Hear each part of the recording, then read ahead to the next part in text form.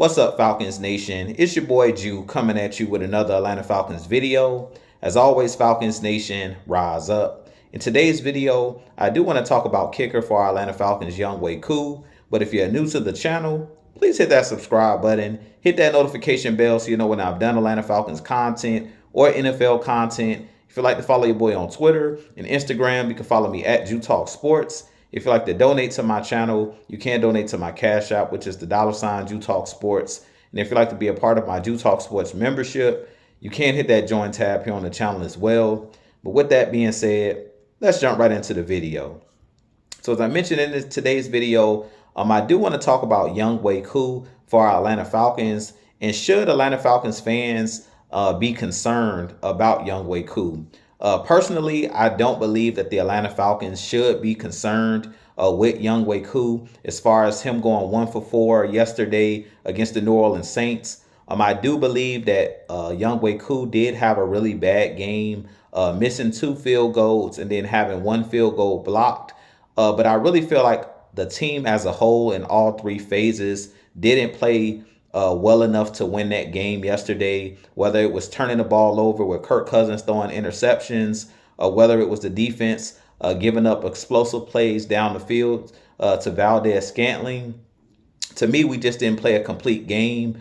I do believe that Younghoe Koo did play a huge factor in us losing that game yesterday with him missing those 3 field goals, which is a total of 9 points when we only lost by 3 points. But I like what Coach Raheem Morris has stated today and what he stated yesterday after the game, that he still has total faith in Younghoe Koo. He mentioned Steph Curry as far as shooters shoot. And when Steph Curry misses a couple of threes, that he's going to come out of that slump eventually. And I really feel like until Younghoe Koo has multiple games where he struggles, I wouldn't be too concerned about Younghoe Koo. He's been one of the better kickers in the NFL over the last couple seasons. He's been extremely clutch. Earlier this season in the game against Tampa Bay, he kicked a 50-plus yard field goal to put us in overtime to win that game. He made a clutch field goal in the first game at home against the Saints to win the football game with a walk-off field goal. So he's won numerous games over the last couple of years for our Atlanta Falcons. And I believe the Falcons did sign Younghoe Koo to an extension. So at this point, until Younghoe Koo shows me a pattern of consistency as far as him missing a lot of kicks during these games, I really feel like at this point the Falcons shouldn't be too concerned. As long as he continues to improve and as long as he continues to be the Younghoe Koo that we know and love, as far as him being one of those clutch kickers, I really wouldn't be too concerned of him having one bad game. Every player gets that mulligan that may have a bad game here and there. What I'm looking for is consistency. And Younghoe Koo has been a consistent kicker as far as making field goals, making extra points. So I believe that he deserves at least to have one bad game.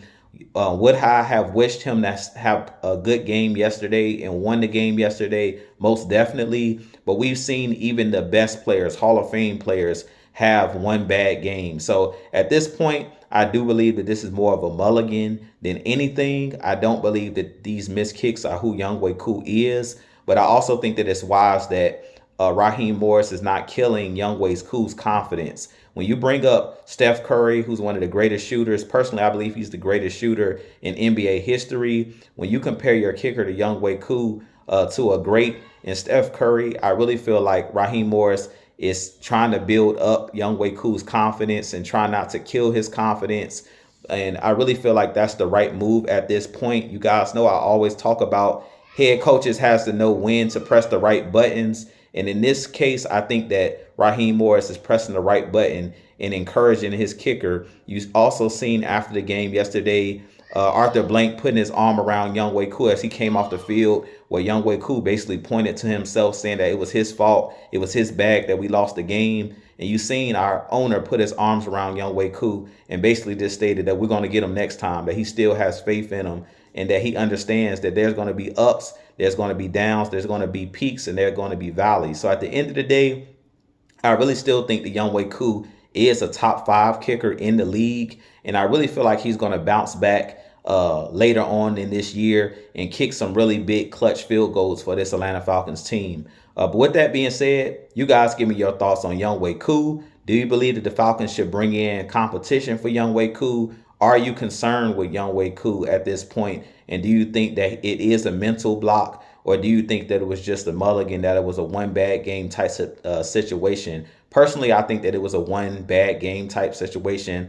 I really don't see a pattern with Younghoe Koo as far as him missing a lot of field goals. But with that being said, if you're new to the channel, please hit that subscribe button for your boy. I have a lot more content coming for you guys. But as always, Falcons Nation, rise up, be blessed. Peace.